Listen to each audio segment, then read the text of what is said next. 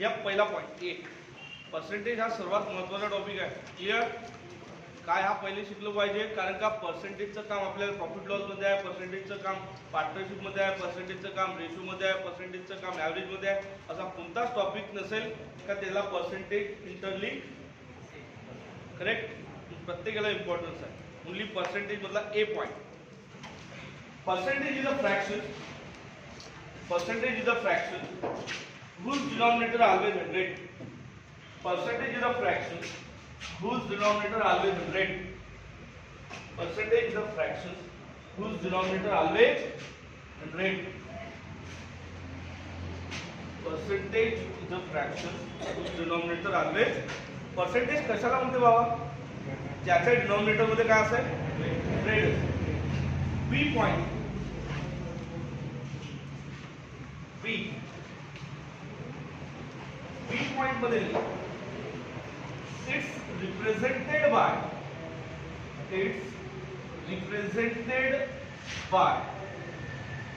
x%. It's represented by actually x% means x by so टकाटक त्याला कसं represent केलं जातं? it's represented by x% means काय? x by हा सी नंबरचा जो पॉइंट सांगत आहे याच्यावर बरेचसे वेळा प्रश्न येतो. Correct? Only C. If price of article systematically if price of article increased by r%, if price of article increased by r%, then reduction in consumption,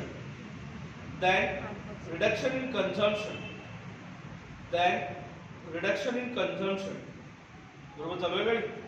then reduction in consumption as not changes in expenditure, as not changes in expenditure. आता याचा अर्थ पहिले समजून घ्या. लक्षात घ्या. जर आपण एखाद्या गोष्टीची प्राइस वाढली तर कंझम्पशन काय करतो? कमी करतो. पण कायच्यात बदल करत नाही? एक्सपेंडिचर. असं होते का? लक्ष दे. सपोज फॉर एक्झाम्पल ओनियनची प्राइस वाढली. करेक्ट? 40 ची 80 झाली. 40 ची किती झाली? आपलं टार्गेट असतं की 40 रुपये खर्च करायचा. किती रुपये? मग आपण काय करेल? जिथे 1 किलो ओनियन लागत होता तिथं किती किलो करेल आपण? अर्धा किलो. म्हणजे कंझम्पशन काय करेल? पण एक्सपेंडिचर मध्ये बदल करेल. करेक्ट? जसं सपोज फॉर एक्झाम्पल जसं याने डिसाइड केलं की 10 मूवीज बघायच्या आहे पर मंथ. किती मूवीज बघायच्या आहे? 100 रुपये प्राइस आहे. घरून त्याने 1000 रुपये मागितले, पण due to a problems price increase झाली. प्राइस काय झाली? टार्गेट 1000च आहे, मग इन्क्रीज झाली 150 झाली. पण घरी आज तेणी म्हणत की 1500 पाठवा. किती पाठवा? एकच होता. फक्त मूवीज काय करेल? कमी करेल. पहिले 10 वेळा पाहायला जायचं, आता किती वेळा पाहायला? 7 वेळा, 6 वेळा, 5 वेळा. फक्त काय कमी करेल? कंझम्पशन. कायच्यात बदल होणार नाही? एक्सपेंडिचर. आपल्याला जेव्हा सॉल्व्ह करू तेव्हा फॉर्म्युलेची गरज पडणार नाही, पण तरी असं टकाटक घेऊन जाऊ. r upon 100 plus r multiplied by 100. त्याच्या खाली व्यवस्थित फॉर्म्युलेची गरज पडत नाही, पण तरी असो कॉन्सेप्ट काय?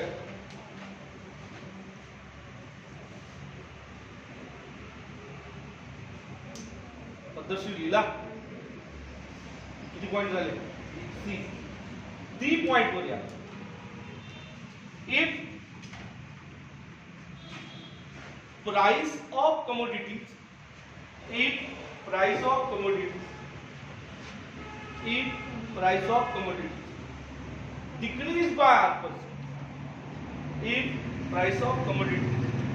decrease by r%, if price of commodities decrease by r%, then increase the consumption.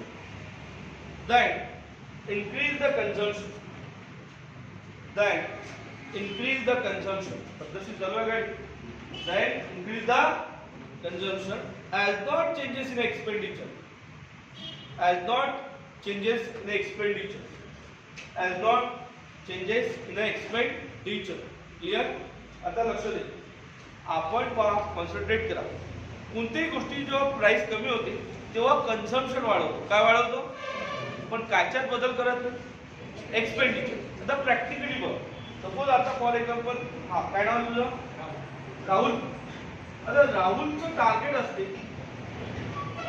CCD ला 10 चक्कर मारायचं. कुठं आहे का? अमरावती. कॅम्पला वाटते आहे ना, नितीन दांडे यांच्या घराच्या बाजूला आहे विद्याभारती कॉलेज. सीसीडी ला टार्गेट असते की 10 राऊंड मारायची, 100 रुपये काढ. किती रुपये काढ? अर्धा इकडे अर्धा तिकडे, म्हणजे याचं टार्गेट असते 1000 रुपये. किती रुपयाचं? पण काय होते तिथं चांगल्या चहाच्या गाड्या लागल्यामुळे प्राइस कमी करून टाकते. प्राइस किती करून टाकते? सपोज 70 रुपये. मग मला सांग, यांनी 70 रुपयाचा प्राइस केली, जरूर 700 मागायला पाहिजे. अबे बरोबर आहे का? हा ते नाही करत. हा काय करते, प्राइस कमी झाल्यामुळे पहिले तिथं 10 चक्कर मारत होता. किती चक्कर? आता 15 मारते. चक्कर वाढ. काय वाढत? पण काय कमी नाही होणार? एक्सपेंडिचरही कमी होणार. तर काय वाढत? कन्झम्पशन. पण कायच्यात बदल होणार नाही. हे तेवढेच्या पहिले चक्रा किती मारायचा? आता मे बी 14 मारेल, 13 मारेल, 15, पण कितीच्या वर मारेल तो? अबे समजलं का? म्हणजे काय वाढतं? कोणत्याही गोष्टीची प्राइस कमी झाली तर कन्झम्पशन काय होतं? वाढतं. कायच्यात बदल होतो? एक्सपेंडिचर. फॉर्म्युलेची गरज पडत नाही, पण तरी समाधानासाठी असा rule R upon 100 minus R into 100 into 100. R upon 100 minus R into 100.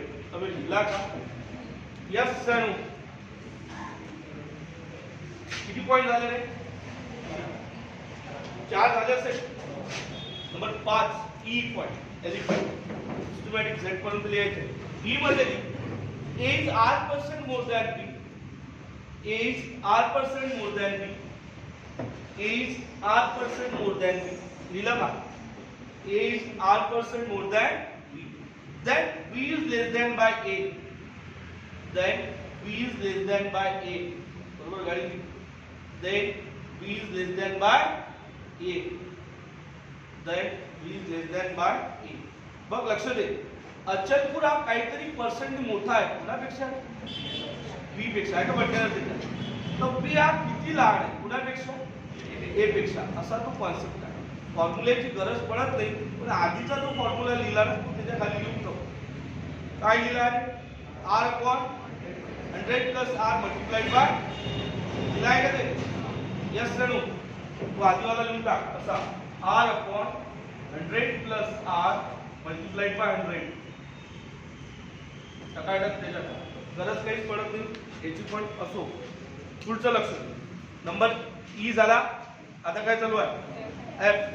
F मध्ये is R% less than B. Is R% less than B. Is R% less than B. लिहिलं का? या R% लेस आहे कुणापेक्षा? B पेक्षा. Is R% less than B, then B is more than by A. Then B is more than by A. Then B is more than by A. अर्थ समजला? A हा काहीतरी पर्सेंटनी लहान आहे कुणापेक्षा? B पेक्षा. तर B किती मोठा आहे कुणापेक्षा? A पेक्षा. फॉर्म्युल्याची गरज पडत नाही, त्याच्या खाली टकाटक घेऊन टाका. R upon 100 minus R into 100. पर्यंत गाडी पोहोचली का? मला सांग. Yes sir. किती पॉइंट झाले? 6 झाले. एफ नंतर ई, एफ, जी. क्लिअर. जी मध्ये लिहावा. प्रॉब्लेम कळतं. Concept of election systematic. Concept of election. Concept of election पहिले समजून घे. कॉन्सेप्ट ऑफ इलेक्शन वर कुठून कुठं प्रॉब्लेम, कुठून मिडल व्हॅल्यू कशी विचारू शकते, इनव्हॅलिड व्हॅल्यू, व्हॅल्यू बोर्डवर एक्सप्लेन करून सांगतो, पण आला तो प्रॉब्लेम असा आपल्याला सॉल्व्ह करता आला. सपोज महाराष्ट्रामध्ये 1 लाख वोटर आहे. किती वोटर आहे? ते महाराष्ट्राकरता 100% झाले का? अभे सणो, महाराष्ट्राकरता 100%. पण महाराष्ट्र म्हणते की अमरावतीच्या नावाने 20,000 वोटर आहे. किती वोटर आहे? पण ते अमरावतीच्या नजरेकडे 20% पाहिजे. अभे बरोबर आहे ना? अमरावतीकडे किती पर्सेंट पाहिजे? आमच्या कम्पेअरमध्ये पारे बा अमरावती किती पर्सेंट वोटर आहे? भावना पोचल्या का? पण अमरावती त्या 20,000कडे कितीच्या नजरेने? 100.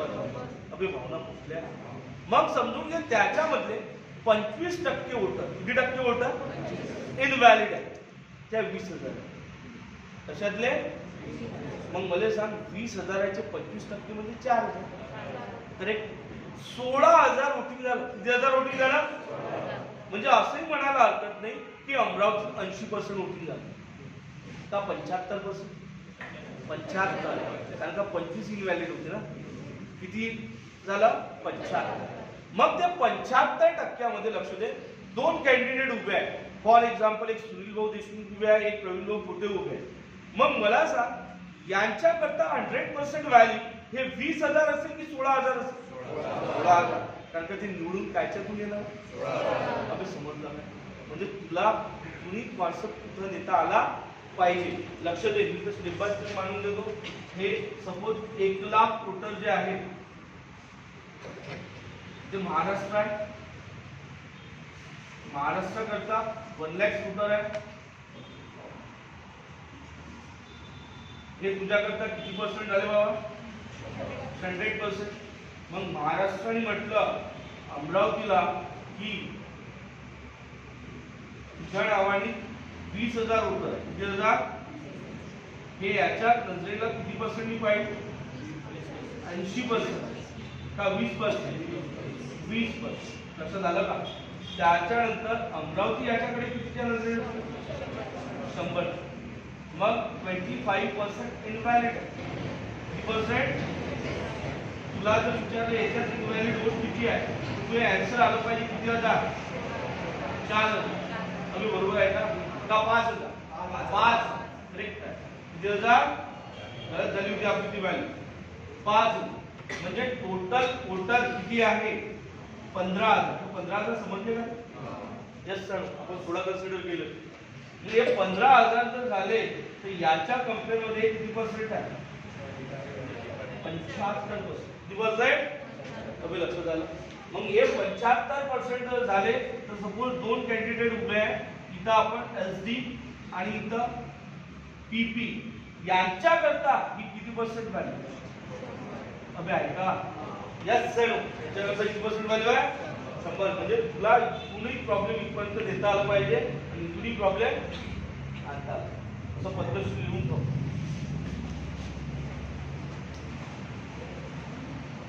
2 नोट लिहितो त्याच्याकडे. क्लियर?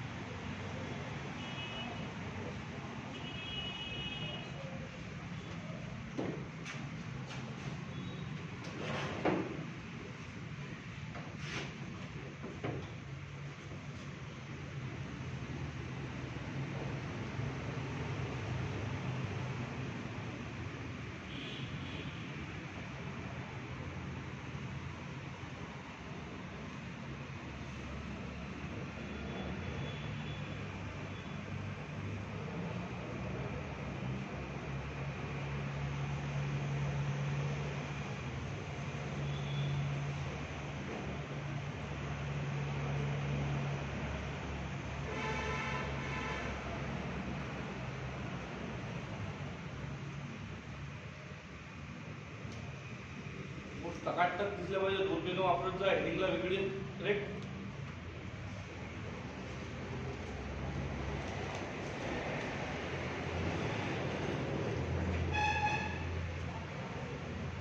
पोचले का?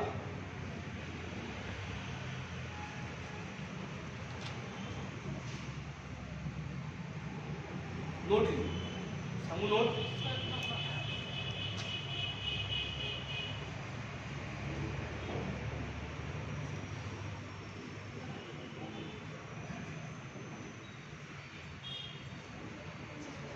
Clear?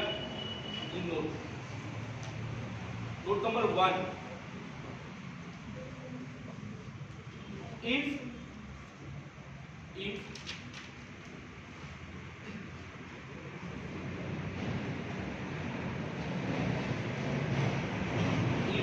votes given in a fraction, if votes बरोबर लिहिता येईल ना, if votes given in a fraction, clear? जर बाबा फ्रॅक्शन मध्ये व्हॅल्यू असेल तुला वोटची, आपण प्रॉब्लेम जेव्हा करतो तेव्हा लक्षात दिलं, that time total votes consider 1, that time total votes consider काय 1. क्लियर? त्या 1 ला गोल करून जाऊ म्हणजे लगेच लक्षात येईल. टोटल कन्सिडर काय 1 इथपर्यंत पोहोचलं. त्याची नोट बी 2 नंबरची, त्या नोट मध्ये लिह, if value given without fraction, if value given without fraction,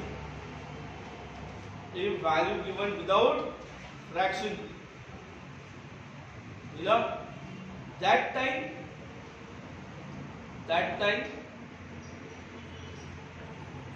total votes consider 100%, that time total votes consider काय 100%. इथपर्यंत गाडी पोहोचली नाही. Yes no clear. आता पुढचा पॉइंट एफ झाला का जी झाला, जी नंतर एच मध्ये व्यवस्थित लिह. Concept of examination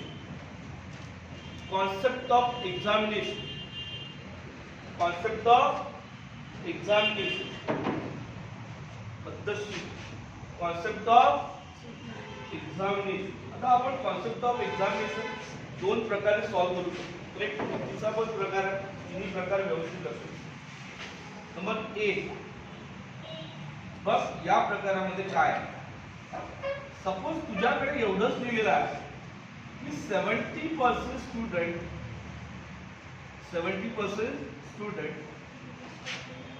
fail exam, एवढंच फक्त माहिती आहे. तर याच्यावरून आपण काय काय शोधू शकतो लक्षात ठेव. 100% appeared असेल. 100% काय असेल बाबा, तर मला सांग 30% फेल झाले असेल. 30% काय झाले असेल, 5 काय झाले असेल, बरोबर. आणि तिसरी गोष्ट आपण याच्यावर शोधू शकतो, डिफरन्स बिटवीन पास अँड काय fail. Between pass and pass किती आहे 30, फेल किती आहे, किती शोधू शकतो भावना कुठल्या. Yes sir no. अरे बाबा मला सांग, पास 30 आहे तुझ्याकडे, फेल किती आहे. आपल्याला difference between pass and fail किती भावना कुठल्या का. म्हणजे आपल्याला फक्त एकच गोष्ट माहित होती, किती फेल झाले होते. त्यातून काय काय शोधले आपण, 100%, 30% आणि difference between pass and fail. याही वेळी आपल्याला न्यूमेरिकल सॉल्व करता येईल. हा लिहून टाक पद्धतशीर.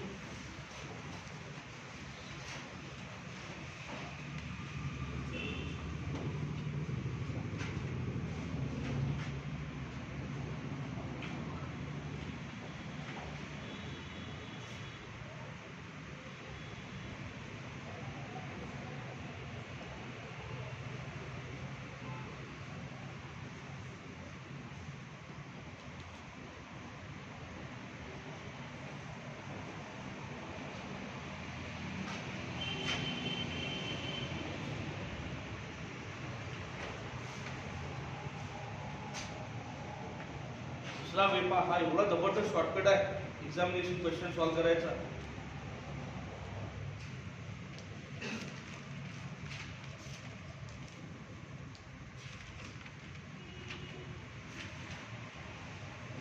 लक्ष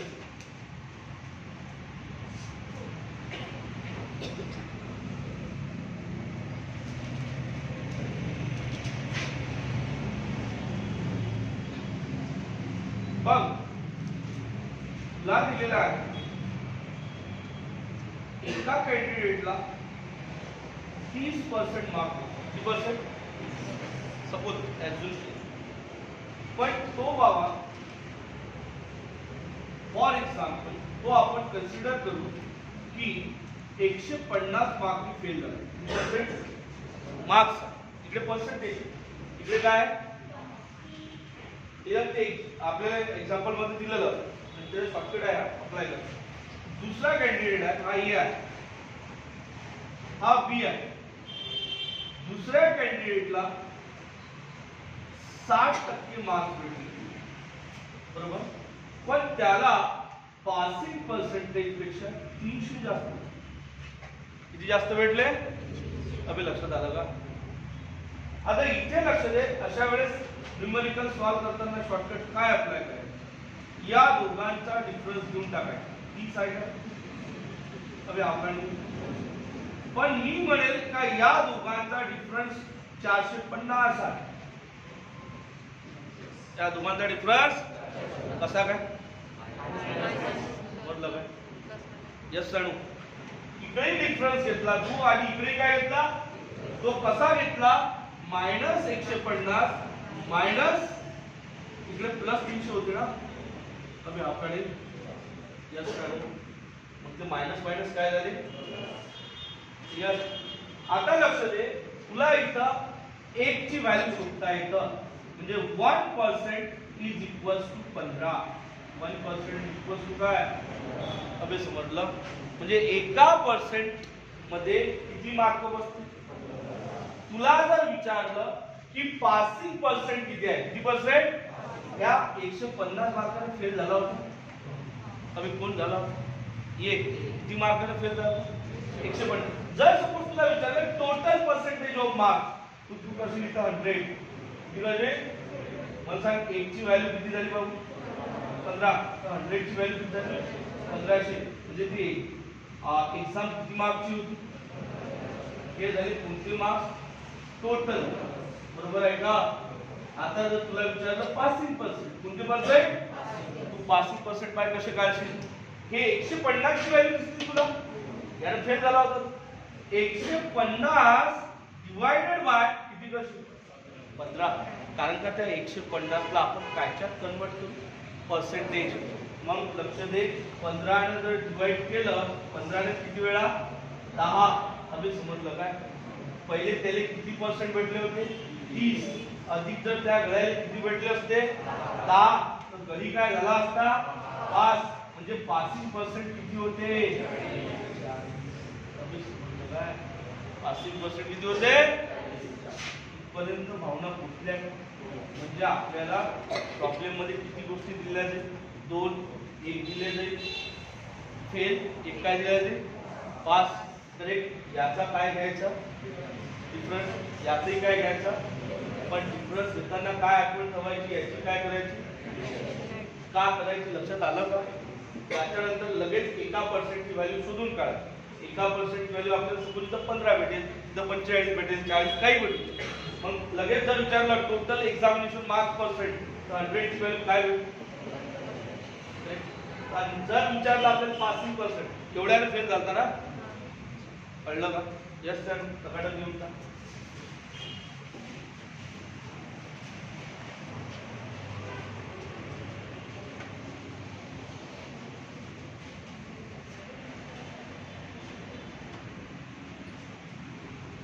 कॉन्सेप्ट क्लियर पाहिजे.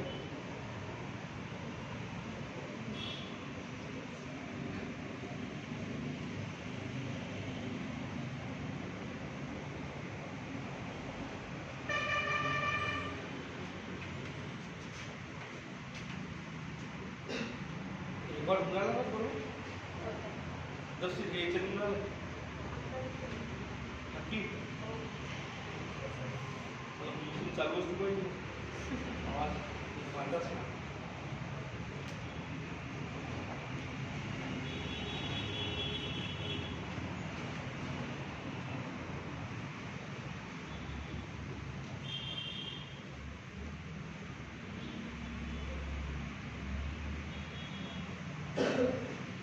जे आपण राहिलेले प्रॉब्लेम करेक्ट करून घेऊ.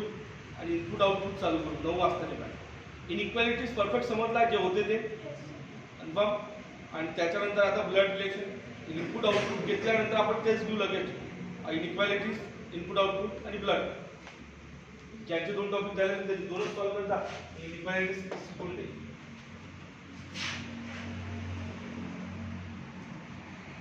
आता किती नंबरचा पॉईंट चालू आहे आपण? एफ झाला, एच चालू आहे झाला. एच नंतर I, F, G, H, I.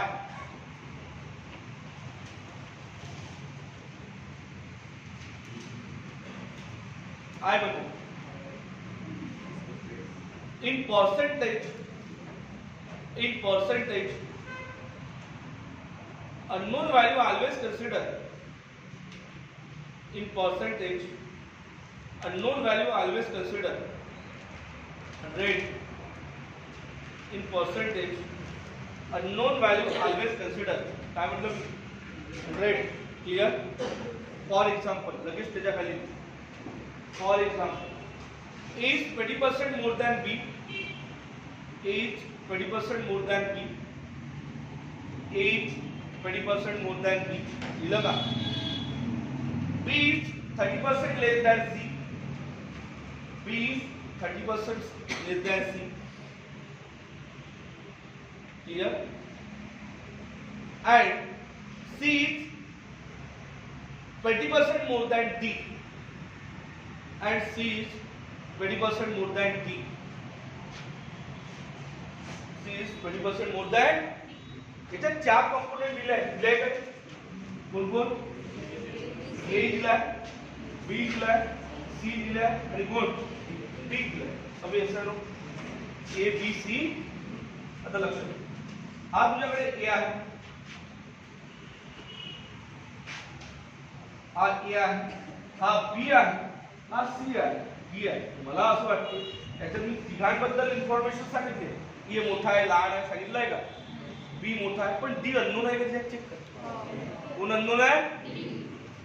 मग सपोज इथे डी अननोन आहे, कोइन्सिडेंट असा झाला का लास्ट मधला अननोन आहे, कधी कधी मिडल मधला पण अननोन आहे. पण एवढं लक्षात ठेवायचं, जो अननोन असेल त्याला किती घ्यायचं? 100. म्हणून मी इथं डी ला 100 घेतो. का घेतलं? कारण का हा अननोन व्हॅल्यू आहे, म्हणून याला आपण काय कन्सिडर करू? लक्षात आलं? आता आपण चुका कुठे करतो त्या झाल्या. याच्यापेक्षा हा सी मोठा आहे म्हणजे किती पर्सेंट? म्हणजे हा 120 समजला का? आता हे तर बरोबर झालं. इकडे पण काय बांधव? याच्यापेक्षा किती पर्सेंट का लेस आहे? 30%.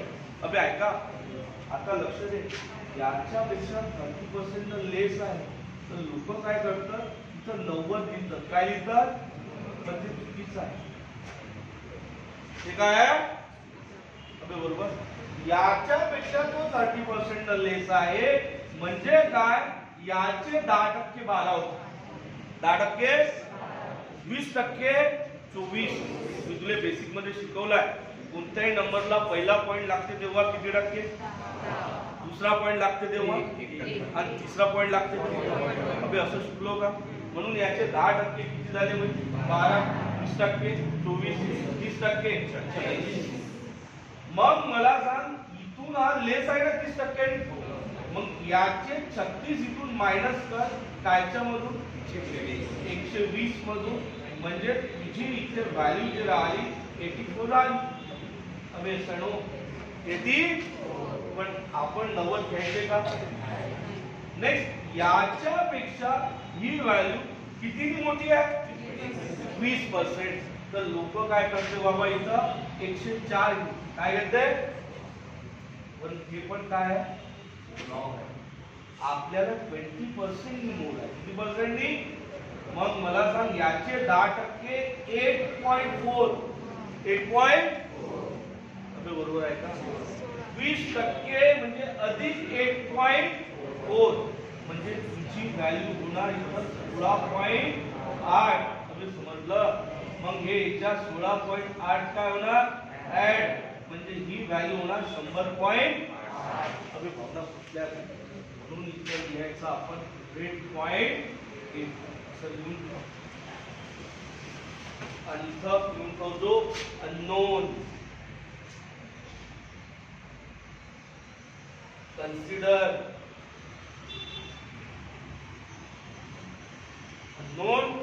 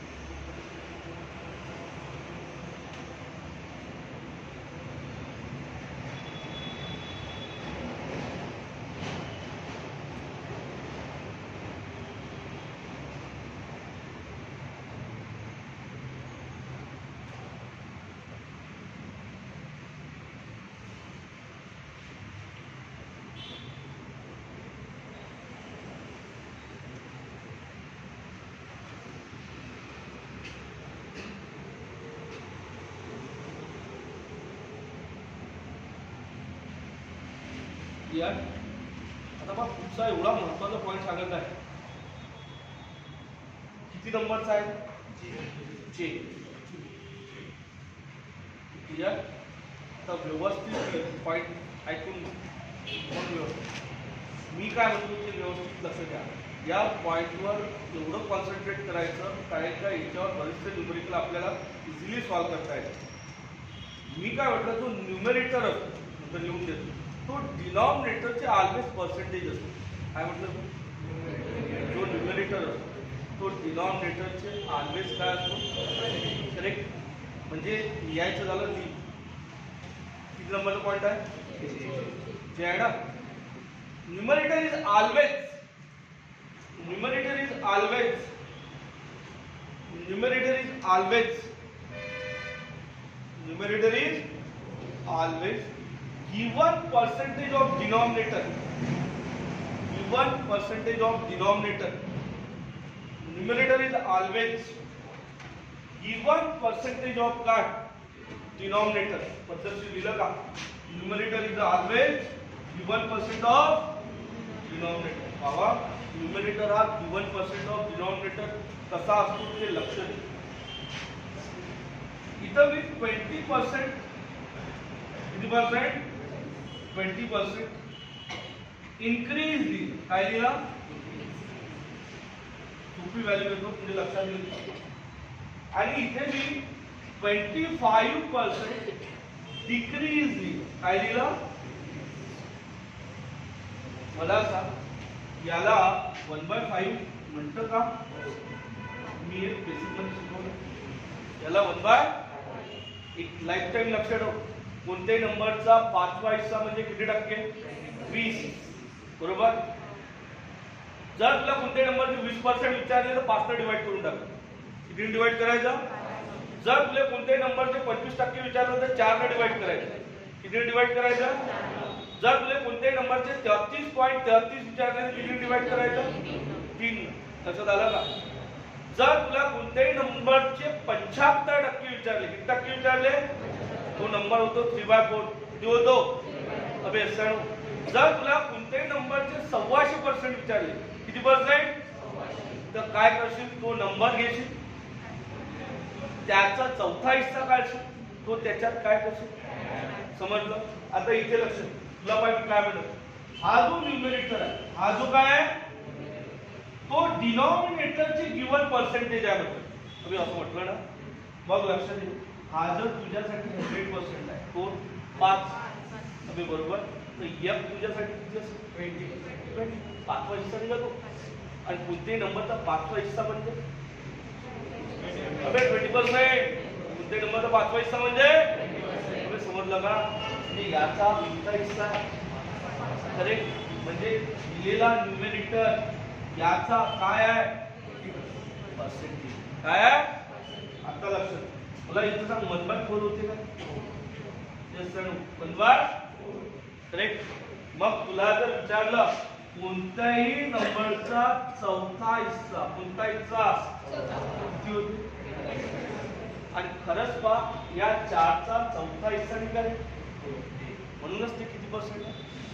भावना पुसल्या का पद्धतशीर लिहून ब्लॉक करू.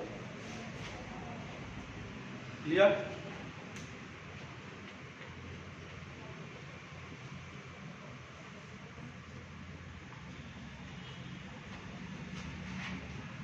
तर लिहितो बरोबर.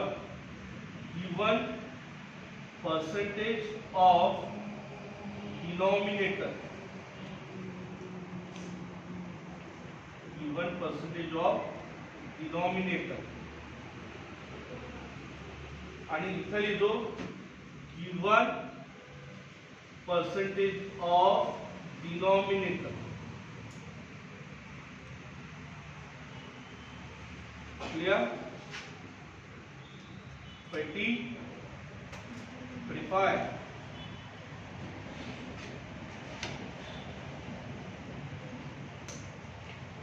पर्यंत पुसले का. आता किती झाले बाबा. चे नंतर K. Concept of old value and new value. Concept of old value and new value. Concept of old value and new value. लक्ष दे. Concept of old value and बघा इथे मी लिहित आहे 16 इंटिजर्स 2/3% इंक्रीज. क्लियर. आणि इथे लिहित आहे मी 6 इंटिजर्स 2/3% डिक्रीज. क्लियर. लक्ष दे. आता ही माझ्या पार्ट आहे म्हणून ठीक आहे. ही 1/6 ची व्हॅल्यू, ही 1/6. ही माझ्या पार्ट आहे म्हणून ठीक आहे. तर ही 1/15 ची व्हॅल्यू तुम्ही बेसिक मध्ये शिकवलं बरोबर. आता मला सांग, सपोज तुझ्या पार्ट असेल, तुम्ही कसं करता. एक तर पार्ट करावं लागेल, नाही तर मग कसं करावं लागेल. सोल ट्रिक 48 पहिलं गंधा आहे 48 2 50. 50 बाय किती 3. अभि समजलं का. 50 बाय पर्सेंटेज ची पहिलेच डेफिनेशन लिहून दिली. Percentage is a fraction whose denominator always. हा 100 समजला. मग हा 100 कुठं देईल बाबा. मग तुला 50 बाय काय भेटल 300. अबे भेटते काय. पण 0 0 5 1 5 7 1/6 आला. Yes sir. पण ते पार्ट असलेलं बरं राहील. आता लक्ष दे. सायंत्रिक 18 2 20. 20 बाय 3 हे 100 समजले का. 20 बाय काय 300 0 0 याला 1/15 म्हणते का. Yes sir. पण आता इथे लक्ष दे बाबा. या डिनॉमिनेटरला म्हणायचं तुला 2 नाव आहे. एक आहे याचं नाव ओल्ड व्हॅल्यू आणि दुसरं नाव आहे याचं ओरिजिनल नंबर. काय आहे. अबे लक्षात झालं. याला म्हणायचं तू इन्क्रीज आहे. तू काय इन्क्रीज आहे. आता मी तुम्हाला प्रश्न करतो, त्याचा आन्सर आलं पाहिजे. प्रश्न असा आहे माझा. हा 1 रुपया किती रुपये. या 6 रुपयाचे किती पर्सेंट असेल.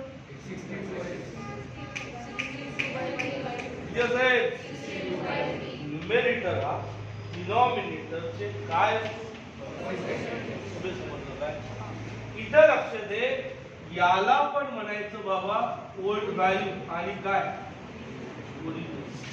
आणि हा तुझ्याकरता डिक्रीज आहे. हा तुझ्याकरता काय आहे. अबे आहे का. मग लक्ष दे. पहिले तुझ्याकडे 6 रुपये होते. किती रुपये होते. 1 रुपयाचे इन्क्रीमेंट झालं का. म्हणजे आता तुझ्याजवळ किती तयार झाले. या 7 रुपयाला न्यू व्हॅल्यू काय म्हणते. लक्ष झालं का. पहिले तुझ्याकडे 15 रुपये होते. किती रुपये. 1 रुपयाचा झटका लागला काय. आणि या नंबरला 14ला पण काय म्हणते. लक्षात आलं. इथं इन्क्रीज होतं म्हणून काय केलं प्लस. इथं डिक्रीज होतं म्हणून काय केलं मायनस. असं टकाटक येऊन टाक. क्लिअर. जे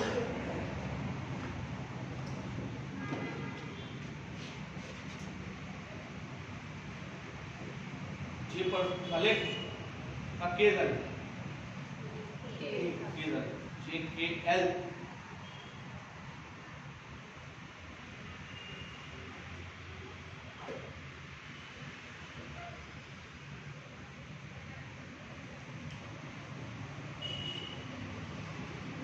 तशी ड्रॉइंग करून लिहून ठेवा.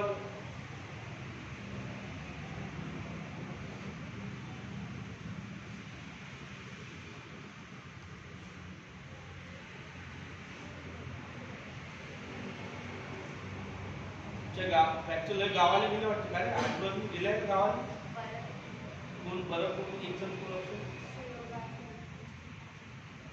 हा ते इथे अधिक होत आहे ना तुमच्या ते गावाला सोमवारपर्यंत यायला पाहिजे.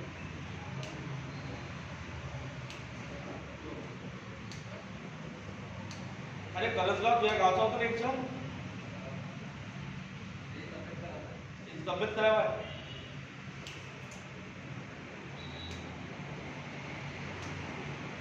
अरे तुझ्या सुट्टी होतं ना एक गाणगाव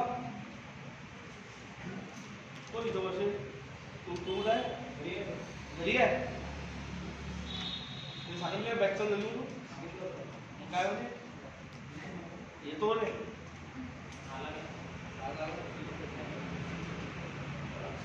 डबल रिपीट करावं लागतं. तू जायची इच्छा आहे का सकाळपासून आल्या आहे ना 7 वाजता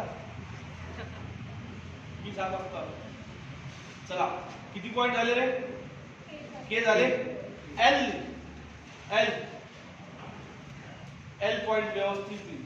if one of the value given in the fraction if one of the value given in the fraction if one of the value given in the fraction if one of the value given in the काय म्हणतो मी fraction and other value given in the percentage and other value given in the percentage and other value given in the percentage पद्धतशीर काय झालं आहे का एखादी value कायच्यात असेल बाबा fraction and other value given in the काय percentage that time काय time that time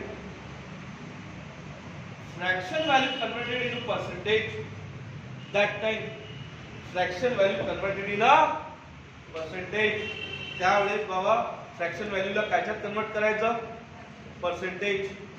लक्ष दे खाली फॉर एक्झाम्पल क्लियर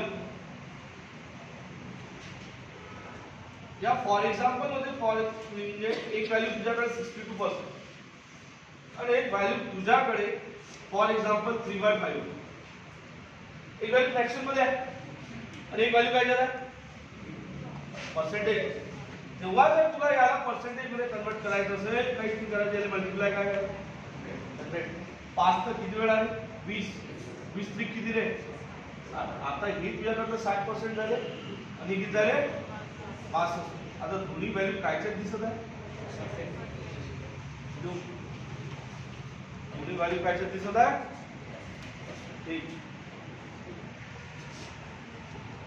62 आहे ते आणि तिकडे किती आहे 3/4 सॉरी 3/5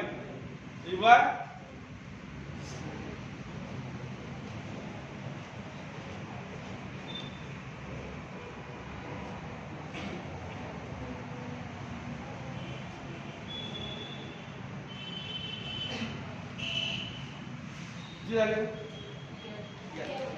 एल झाला एक एल एम एन पर्यंत पोहोचू. आता एम लिहून टाक 13 असला एम मध्ये लिहा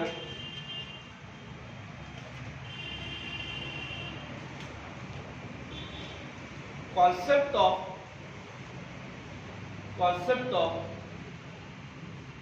successive discount and single discount. Concept of successive discount and single discount. Concept of successive discount आणि काय सांगितलं बाबा सिंगल. लक्षात दे मी बहुतेकाला बेसिक मध्ये पण शिकवला आहे, तुमचं जर व्यवस्थित लक्ष असेल. बघ इथं मी लिहितो सक्सेसिव्ह डिस्काउंट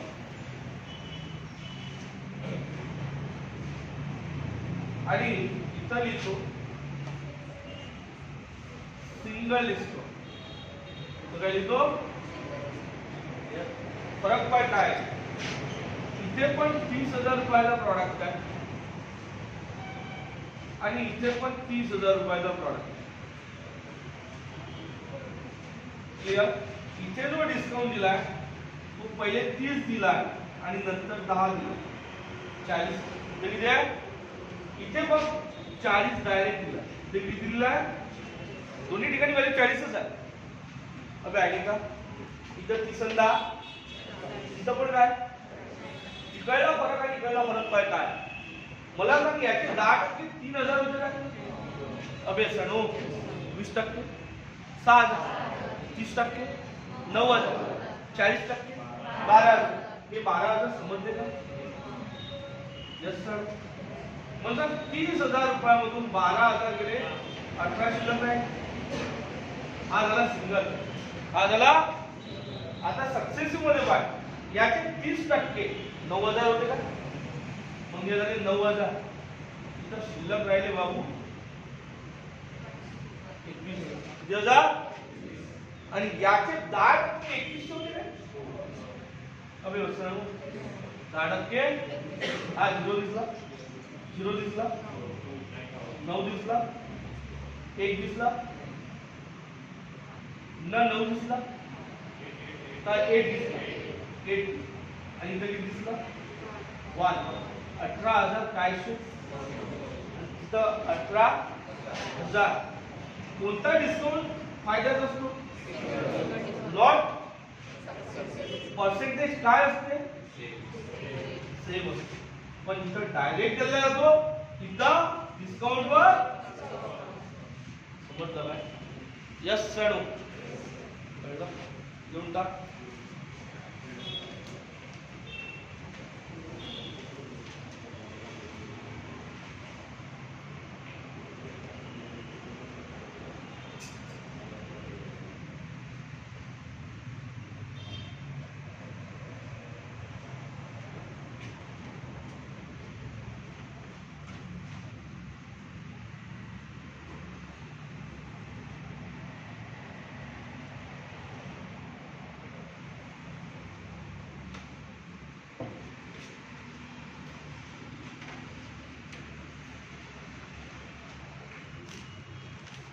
आज आपण इथं थांबून जाऊ. क्लिअर. सोमवारपर्यंत वेट करू.